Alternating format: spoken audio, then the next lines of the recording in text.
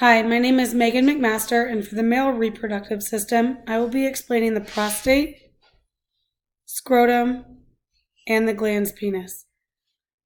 The penis delivers sperm into the female reproductive tract, causing it to be known as the male copulatory organ. There is the root, the body, and the end, also known as the glans penis. The glans penis is where the external urethral surface is located. Besides delivering the sperm, it acts as a conduit for urine to leave the body.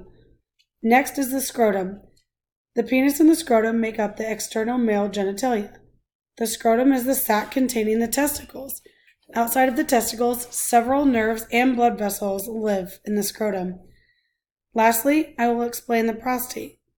This lies inferior to the bladder and surrounds the urethra and ejaculatory ducts.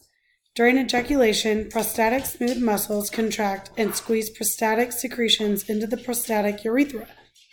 Prostatic secretions make up 20 to 30% of the semen volume.